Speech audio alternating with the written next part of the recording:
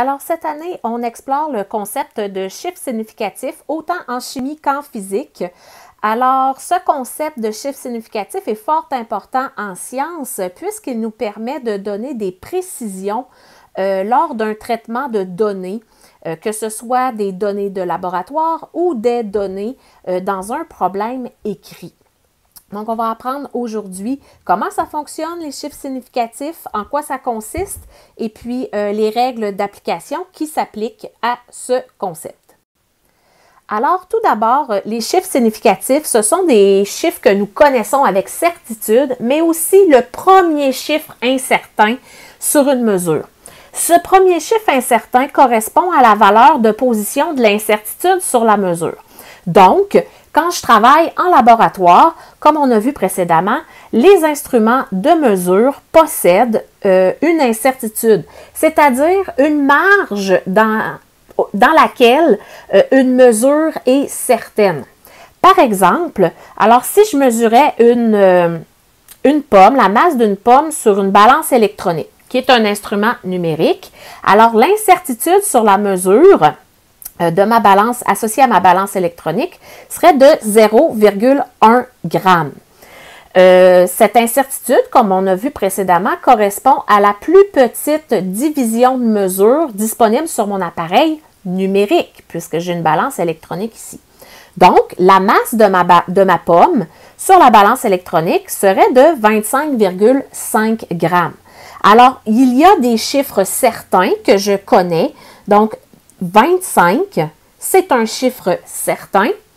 Et 0,5, donc la décimale, elle correspond à mon premier chiffre incertain puisqu'elle est associée à la valeur de position de l'incertitude.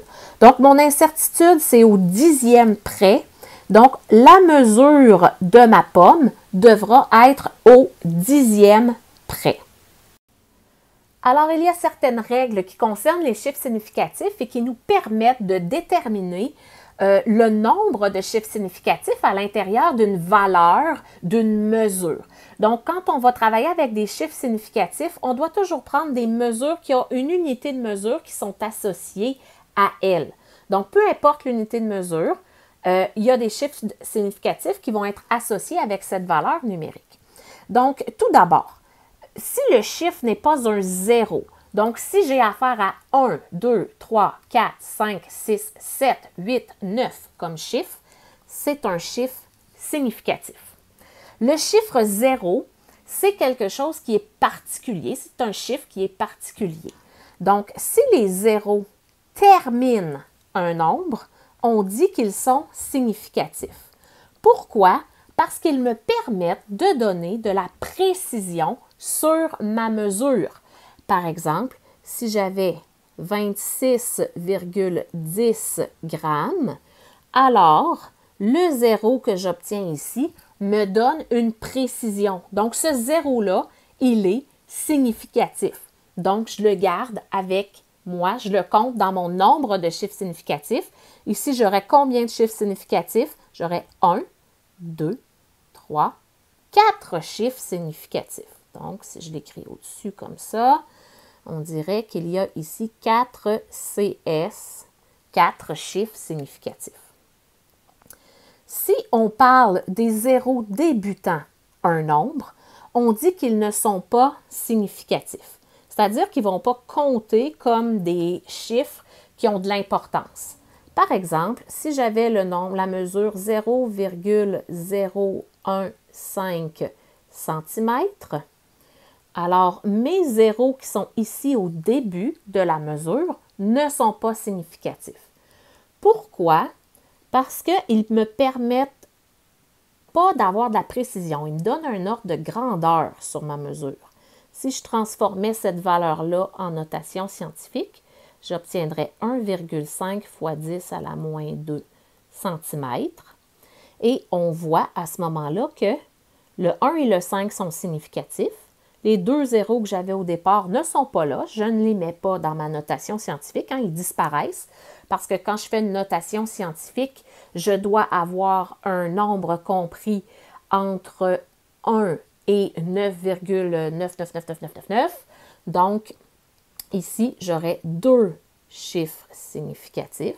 Donc, dans ma réponse, ici, j'aurai 2 chiffres significatifs. Si on se fait d'autres exemples ensemble pour savoir il y a combien de chiffres significatifs dans un nombre, alors, on commence avec le premier, donc 1205 mètres. Donc, si je les compte, 1, 2, 3, 4. Donc, j'aurai 4 chiffres significatifs et le 0, comme il est inclus à l'intérieur du nombre, eh bien, il compte comme un chiffre significatif. Donc, je ne l'ai pas mentionné tantôt dans les règles, mais si le 0 il est inclus à l'intérieur d'un nombre, c'est certain qu'il est significatif. Deuxième exemple, 0,250 kg. Donc, on a dit que les zéros placés en début de nombre n'étaient pas significatifs. Donc, je vais venir voir ici, j'en aurai 1, 2, 3. Et le 0 ici, en fin de nombre, va compter pour un chiffre significatif puisqu'il me donne une précision sur la mesure. Troisième exemple, 0,0077 grammes, donc ce nombre-là ici. Alors, mes zéros qui sont placés en début de nombre sont non significatifs. Je n'ai pas de zéro à la fin de mon nombre. Si je transformais ce nombre-là en notation scientifique, j'obtiendrais 7,7 fois 10 à la moins 3 grammes. Donc, je pourrais affirmer que j'ai 2 chiffres significatifs. Au niveau du 120 degrés Celsius, alors qu'est-ce que j'ai comme nombre, comme chiffre significatif? Donc, j'ai un 0 en fin de nombre. Donc, le 0 en fin de nombre, il est significatif. Donc, si je compte, j'aurai 3 chiffres significatifs. Le prochain, alors, j'ai un nombre décimal. J'ai un 0 qui est en fin de nombre, donc qui me donne de la précision sur ma mesure. Alors, j'en aurai combien ici? Si je les compte, 1, 2, 3, 4, 5. Donc, j'aurai 5 chiffres significatifs. Et mon dernier, alors 37,9 ml, on a un 3 chiffres significatifs. Maintenant, on ne traite pas juste des données de laboratoire quand on parle des chiffres significatifs, on va aussi effectuer des opérations mathématiques, donc des problèmes écrits, des situations problèmes dans lesquelles on va effectuer des opérations mathématiques. Donc, il y a 2 types d'opérations concernant les chiffres significatifs, donc 2 sous-catégories. Il y a d'abord les additions et les soustractions, et on verra tout de suite après les multiplications et les divisions. Donc, quand on fait des opérations mathématiques, quand on résout un problème, il y a seulement la réponse finale d'un calcul qui devra respecter les chiffres significatifs. Ça veut dire qu'en cours de calcul, je vais traîner toutes les décimales possibles et inimaginables dans mon calcul. Je traîne tous les chiffres qui composent mon nombre. Je vais donner ma réponse en notation scientifique une fois que mon calcul est effectué. Pourquoi? Parce que ça va éviter les erreurs dans les chiffres significatifs.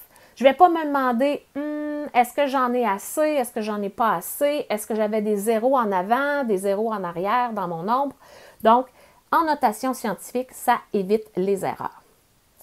Et là, règle particulière pour les additions et les soustractions, la partie décimale de la réponse finale doit avoir autant de chiffres significatifs que la donnée imprimée qui en a le moins de décimales.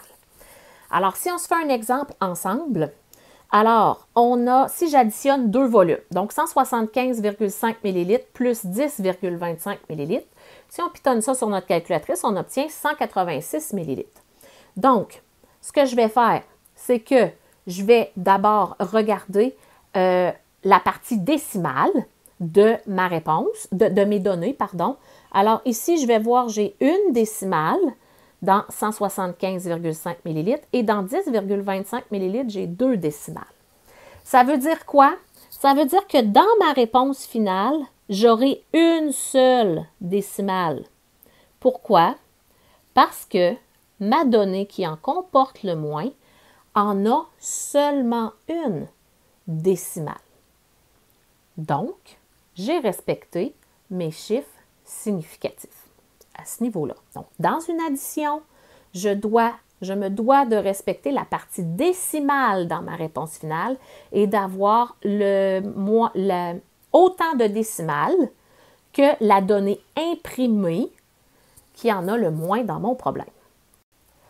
Maintenant, en ce qui concerne les multiplications et les divisions, ce sont des opérations que vous allez faire plus souvent, je vous dirais, en chimie et en physique. Donc, l'addition et la soustraction un peu moins, surtout pour arriver à une réponse finale d'un calcul. Ça va toujours impliquer, là, à quelque part, une multiplication et une division, là, souvent dans les dernières opérations, pour arriver à la réponse finale. Donc, encore une fois, vous avez juste la réponse finale de votre calcul qui devra respecter les chiffres significatifs. Donc, je traîne en cours de calcul toutes mes données, toutes les décimales de mes données de calcul intermédiaire. Ma réponse finale, encore une fois, je la donne avec une notation scientifique pour éviter les erreurs de chiffres significatifs. Et là, le point qui est particulier pour les multiplications et les divisions, la réponse finale d'un problème qui comporte des multiplications et des divisions devra comporter autant de chiffres significatifs que la donnée imprimée qui en a le moins. Donc, ma donnée qui a le moins de chiffres significatifs va servir à créer les chiffres significatifs de ma réponse finale. C'est un peu comme une chaîne. Ma chaîne ne peut pas être plus forte que le maillon le plus faible à l'intérieur de la chaîne. Donc, ma réponse finale, elle ne peut pas avoir plus de chiffres significatifs que ma réponse qui en a le moins, que ma donnée qui en a le moins. Parce que ma donnée qui a le moins de chiffres significatifs, c'est ma donnée la moins précise. Donc, une réponse ne peut pas être plus précise que ce que j'avais au départ pour faire mon calcul. C'est mathématiquement illogique et scientifiquement incorrect. Donc, si je regarde l'exemple que je vous ai placé ici, donc si on calculait la concentration, donc la masse divisée par le volume, et qu'on avait une masse de 17,55 grammes et un volume de 0,605 litres. Donc, si je regardais, j'ai combien de chiffres significatifs? Donc, dans ma première donnée, qui est 17,55 grammes, on compte 4 chiffres significatifs. Et dans ma deuxième donnée, qui est 0,605 litres, on a un 3 chiffres significatifs. Ça veut dire quoi? Ça veut dire que j'effectue mon opération et j'obtiens comme réponse une concentration de 29,00826446 grammes par litre. Donc, je traîne toutes mes décimales, tous les chiffres qui s'affichent sur ma calculatrice. Et quand je vais donner ma réponse finale avec les chiffres significatifs, de 1, je vais transformer cette réponse en notation scientifique. Donc, vous la voyez ici. Et de 2, je vais garder pas plus que 3 chiffres significatifs parce que ma donnée qui comporte le moins de chiffres significatifs en a 3. Donc, si je fais ma notation scientifique, j'obtiens 2,90 fois 10 à la 1 grammes par litre. Si on a besoin d'arrondir, ici ce n'était pas le cas, mais si j'avais eu besoin d'arrondir dans ma réponse finale, j'arrondis. Et on arrondit comment? Bien, comme en mathématiques. C'est pas différent. Donc, quand on fait de la chimie et de la physique, c'est tout simplement des mathématiques appliquées. Donc, les règles qui s'appliquent en maths s'appliquent aussi en chimie et en physique. J'espère que le concept de chiffre significatif a pris son sens et que je vous ai éclairé. Donc, bonne continuité.